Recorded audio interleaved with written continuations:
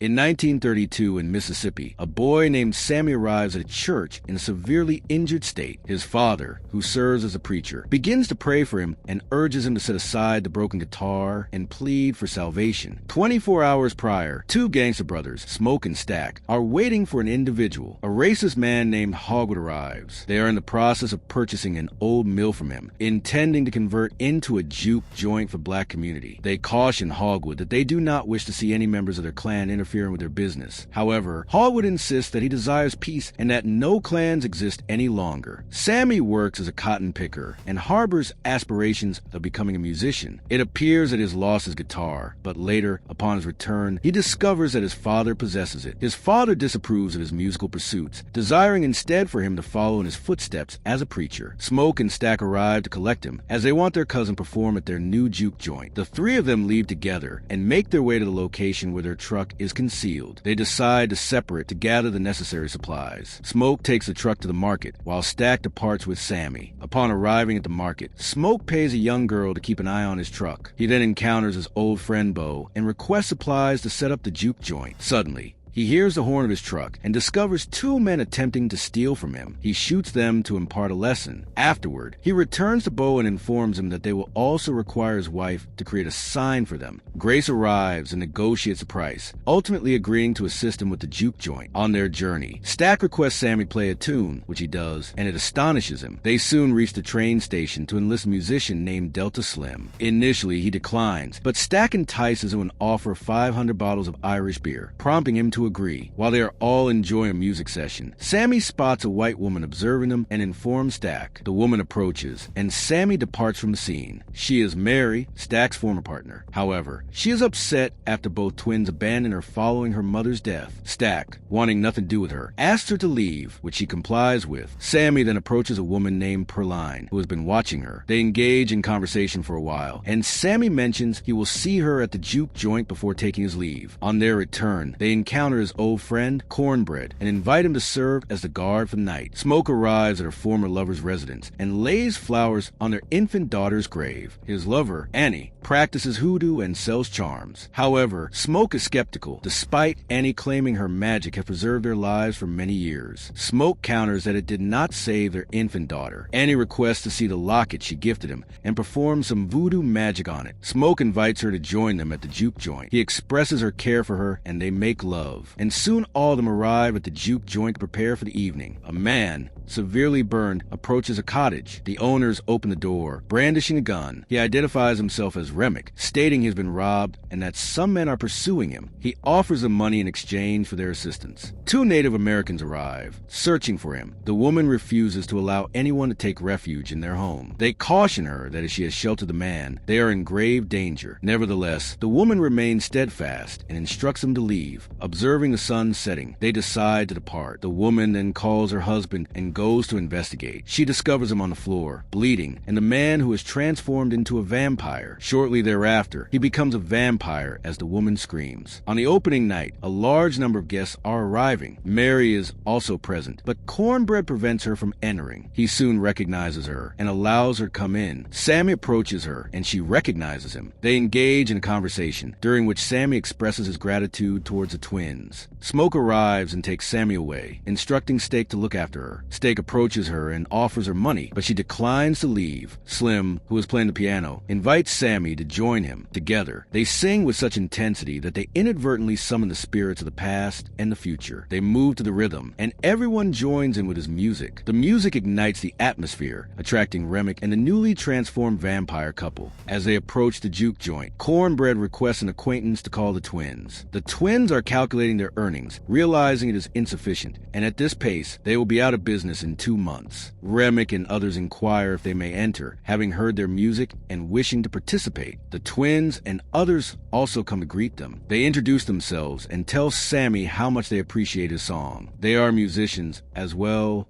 and begin to sing. However, Smoke intervenes, demanding that they leave. They even offer him money, but Smoke is uninterested and displays his gun, prompting them to exit slowly. Meanwhile, Mary advises Stack to engage with the white individuals to discern their true motives. If their intentions are genuine, they might allow the group to join in their efforts to earn some money. As Remick and the others are singing, Mary approaches them. Once the song concludes, she takes a seat beside them, seeking to uncover their real intentions. They reveal gold coins that he is willing to offer her, even suggesting that she can keep them. Remick explains that he is in need of companionship and friendship, having recently lost someone close to him, and believes they can resurrect the deceased. His behavior begins to shift. He starts to drool, and his eyes undergo a transformation. Alarmed, Mary draws her gun and warns them to maintain their distance. Just as she prepares to leave, Remick lunges at her. Mary arrives at the door and requests Cornbread to let her in. Cornbread, taken aback, permits her entry. She then approaches Stack and summons her to her room. Cornbread instructs Slim to guard the door while he steps away to freshen up. Bo calls for Stack, informing her that a fight has broken out at the bar. He intervenes and subdues the instigator, who is subsequently beaten by his men. Bo then instructs Sammy to fetch Stack. Upon finding him in a precarious situation, Sammy returns to Smoke to relay the news that he cannot bring Stack. Consequently, Smoke accompanies him to retrieve Stack. Upon opening the door, they discover Mary biting Stack.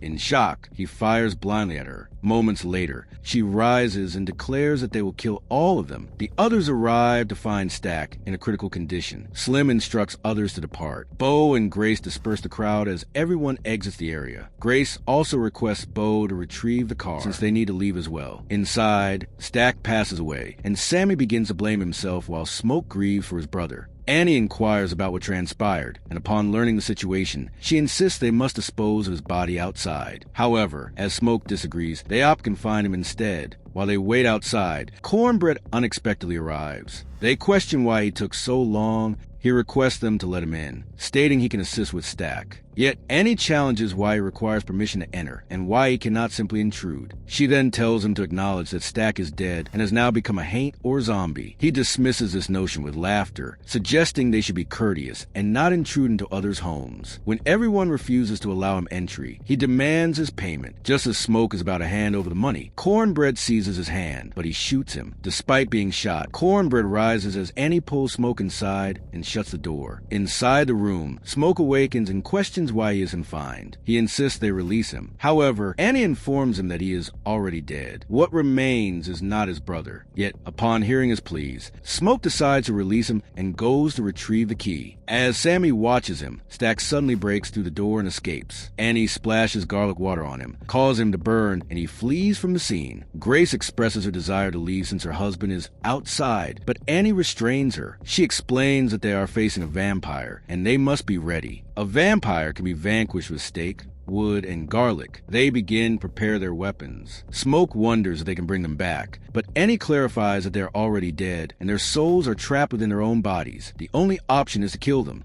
She makes him promise that if she is bitten, he must kill her. They discover a man who is bleeding but are unaware of the cause, leading them to decide to throw him outside. Upon doing so, they realize that all the guests have transformed into vampires, and they are now dancing and singing together. To determine if any of them are vampires, they opt to consume garlic. Everyone participates except for Pearline, who refuses. Consequently, Smoke aims a gun at her, inadvertently hitting Sammy, who attempts to intervene. Pearline eventually eats the garlic, but nothing occurs. Slim also consumes it and begins to cough as Smoke threatens him with the gun. However, Slim claims he merely drank too much and returns to normal. They begin to question whether the man was truly dead and discover that he was simply intoxicated. The man awakens and pounds on the door. When they open it, Cornbread leaps at him. As he bites the man, Bo arrives in a frenzy, asking Grace to accompany him home. Annie advises Grace not to heed Bo's words. Smoke asserts that they will find a way to escape this predicament. When Remick arrives, he claims they are the means of escape. He instructs Grace to listen to her husband, or they will pay a visit to their daughter. As Grace screams, he communicates something in Chinese, indicating that they are now all interconnected. He expresses to Sammy that he desires them the most, as his music has drawn them here. Smoke insists that he will not allow them to harm anyone, stating that he can save them since their entire juke joint is founded on deception. The individual purchasing the property is a member of the clan. The white couple is his nephew, and from them, he learns that the man with his member will arrive in the morning to kill them. Stack interjects, claiming this is the only way they can coexist. However, they close the door. Grace is becoming increasingly anxious about her daughter. Annie suggests they wait until morning. Yet, Grace insists they cannot allow the monster to roam free. She screams, inviting them in. They prepare for battle as the vampire arrives. Grace hurls a Molotov cocktail, but Remick merely deflects it. As the surroundings ignite, the confrontation begins. Grace, engulfed in flames, inadvertently harms her husband. They open fire on the vampire, attempting to eliminate it. However, Stack assaults Annie while Smoke is preoccupied with Remick. Stack bites Annie, prompting Pearline to shoot at both Stack and Remick. Smoke approaches Annie. Heartbroken, he complies. She urges him to fulfill her promise to kill her, just as Mary attempts to intervene, but Stack seizes her away. Slim instructs him to escape while he confronts the vampire. As they attempt to flee, they are ambushed by Remick and Stack. Pearline aids Sammy by stabbing Remick, but he retaliates by biting her. Sammy rushes to her aid, and Smoke shoots Remick away. They both insist he should leave. He leaps from the scene and begins to depart. However, Remick lunges at him, throwing him into the water. Inside, Slim Diasis meets his demise at the hands of the vampire. The twin brothers engage in combat. Stack manages to grasp his brother, but refrains from biting him due to the locket. Meanwhile, Smoke has captured his brother, but is also unable to kill him because of his love. Outside, Remick seizes Sammy, who begins to pray, but Remick joins him in prayer. Another vampire also participates. He reveals that the entire narrative is a fabrication and starts to submerge him. As Remick forces Sammy, he strikes him with a guitar, igniting a fire that engulfs them both. All the vampires experiences agony as well. However, he extracts a shattered piece from his head and assures him that they will create magnificent music together. Just as he is about to end Sammy's life, Smoke thrusts a stack into his heart. As dawn approaches, the vampires begin to incinerate. With Remick, all the vampires are consumed by flames. Smoke instructs Sammy to depart and discards a guitar. After Sammy has left, Smoke begins to recollect the events of the entire day. He tosses aside his locket and removes all his weapons. When Hogwood arrives with his clan associate to eliminate them, Smoke starts to take them down one by one. While he is dismantling a truck, he also sustains gunfire. He then sits next to Hogwood and requests a cigarette. He notices Annie with her child seated beside him. When Hogwood offers him money, he shoots him. Sammy arrives at the church, where his father urges him to drop the guitar. However, he is unable to do so and departs for Chicago with the guitar in hand. 60 years later, he has become an elderly man and a renowned artist. One day, while at his bar, Stack and Mary come to pay him a visit. Stack discloses that Smoke allowed him to leave on the condition that he would not interfere with Sammy. They present him with the offer of immortality, which he declines. He then performs for them. As they are about to leave, he expresses that the day of violence was the most significant day of his life. Stack concurs, stating that it was the last day he spent with his brother, and the final time he felt the warmth of the sun and experienced true freedom. So this was the recap of the movie Sinners 2025. Check out our other video as well.